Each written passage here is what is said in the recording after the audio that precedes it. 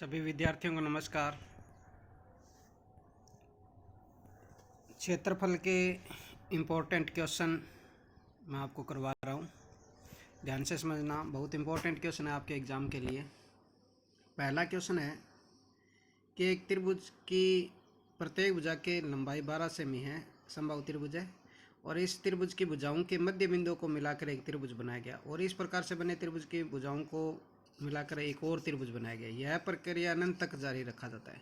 इस प्रकार से बनी सभी त्रिभुजों का योग और परिमाप का योग बताओ। जैसे ये कहना चाह रहा है कि एक समबाहु त्रिभुज है, एक समबाहु त्रिभुज है जिसकी प्रत्येक भुजा कितनी है, 12-12 सेमी है। ठीक है, प्रत्येक भुजा कितनी है, 12-12 सेमी। समझ गए आप। अब देखो, आपको क्या ध्यान में रखना है कि प्रत्येक भुजा कितनी है, 12-12 सेमी है। अब ये कहना चाह रहा है कि इस त्रिभुज की भुजा के मध्य बिंदु से एक त्रिभुज और बनाया गया, उसकी भुजाओं के मध्य बिंदु से और बनाया गया, उसके भुजाओं के मध्य बिंदु से और बनाया गया। इस प्रकार ये अनंत तक त्रिभुज बनते रहते हैं। तो ये कह रहा है ये सभी त्रिभुज है ना, इन सभी त्रिभुजों के क्षेत्रफलों का योग ज्ञात करना है। क्षेत्रफलों का योग, क्षेत्रफलों का क्या ज्ञात करना है, योग। एक तो क्षेत्रफल का योग ज्ञात करना है, और एक आपको क्या ज्ञात करना है, परिमाप का योग ज्ञात करना है। क्या ज्ञात करना है, परिमाप का योग ज्ञात करना है। किसका योग ज्ञात करना है, परिमाप का योग, परिमाप का योग। देखो, क्षेत्रफल का जो योग होता है ना, त्रिभुज के क्षेत्रफलों का जो योग होता है वो 4/3 भुजा होता है। क्या होता है, 4/3 क्या होता है भाई, भुजा होता है। समझ गए बात। ये 4/3 क्या होता है, जितना भी त्रिभुज का इसका क्षेत्रफल होगा, समबाहु त्रिभुज का क्षेत्रफल होगा, यानी इसका फॉर्मूला आप लिख सकते हो 4/3 समबाहु त्रिभुज का क्षेत्रफल। सभी त्रिभुजों का क्षेत्रफल होगा वो 4/3 समबाहु त्रिभुज का क्या होगा, क्षेत्रफल होगा। समझ गए। तो अब देखो, 4/3 समबाहु त्रिभुज का क्षेत्रफल होता है √3/4 भुजा स्क्वायर, और भुजा आपको दे रखी थी 12। 4 × 12, 12 से 12 कट गया, 12 चौके 48 √3 आ गया। कितना आ गया भाई, 48 √3 आ गया। ये बात समझ में आ गई सभी को। अगर परिमापों का योग कह दे तो 2 गुना समबाहु त्रिभुज का परिमाप होगा। अगर इस प्रकार सभी त्रिभुजों के परिमापों का योग कहते हैं तो 2 गुना समबाहु त्रिभुज का परिमाप होगा, और 2 गुना समबाहु त्रिभुज का परिमाप आपको पता है 3 गुना भुजा होता है। भुजा आपको दे रखी है 12, तो 12 × 36, 36 × 2 कितना हो गया, 72 हो गया। समझ गए। तो ये ध्यान रखना आपको कि अगर क्षेत्रफलों का योग पूछे और परिमापों का योग पूछे तो 2 गुना समबाहु त्रिभुज का परिमाप होता है, और क्षेत्रफलों का योग 4/3 समबाहु त्रिभुज का क्षेत्रफल होता है। समझ गए। बाकी ध्यान रखना, समबाहु त्रिभुज है ना, समबाहु त्रिभुज की जो ऊंचाई होती है वही इसकी माध्यिका होती है, वही इसका कोण अर्धक होता है। समझ गए। और वही इसका भुजा अर्धक होता है।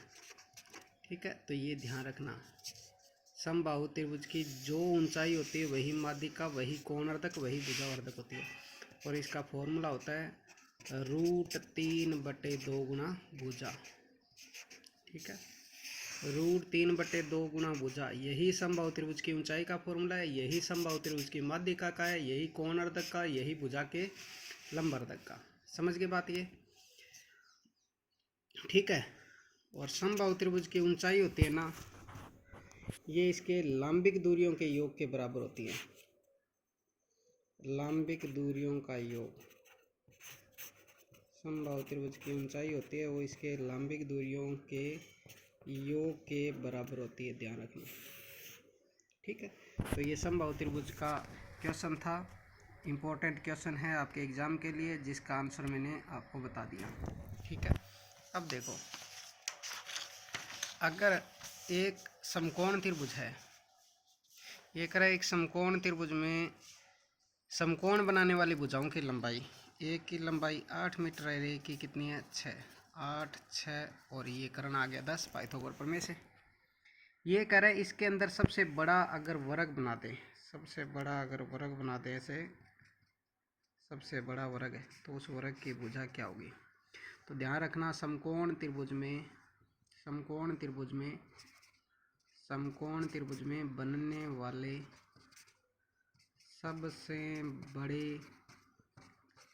वर्ग की भुजा जो होगी वो ध्यान रखना लंब गुणा आधार बटे लंब प्लस आधार के बराबर होती है। लंब गुणा आधार बटे लंब प्लस आधार के बराबर होती है।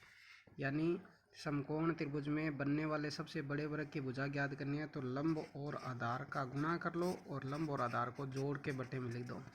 8 × 6 = 48 और 8 और 6 = 14, 2 से कट जाएगा तो 24 बटे क्या हो गया 7। ये समकोण त्रिभुज में बनने वाले सबसे बड़े वर्ग की भुजा आ गई।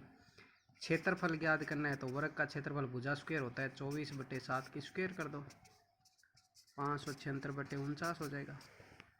ठीक है, बाकी ध्यान रखना समकोण त्रिभुज के, समकोण त्रिभुज के परिवर्त की त्रिज्या ज्ञात करनी हो। मान लो ये भुजा 8 है, ये 6 है, ये 10 है।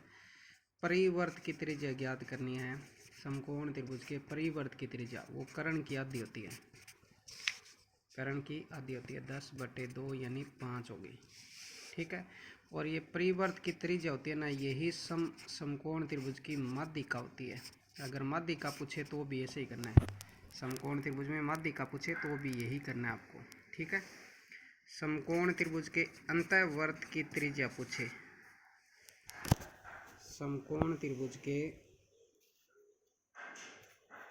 अंतःवर्त की त्रिज्या, तो ध्यान रखना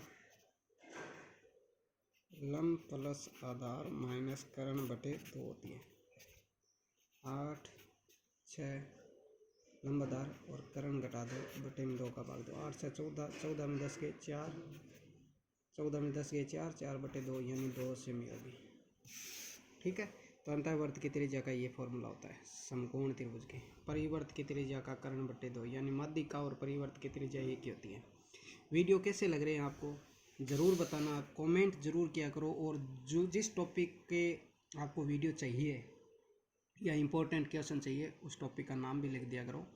देखो ये कम संसाधनों में वीडियो बनाने की कोशिश कर रहा हूँ, तो आप लाइक शेयर करते रहें, और जितना ज़्यादा आप सहयोग करोगे उतने ही ज़्यादा वीडियो बनेंगे। ठीक है, धन्यवाद।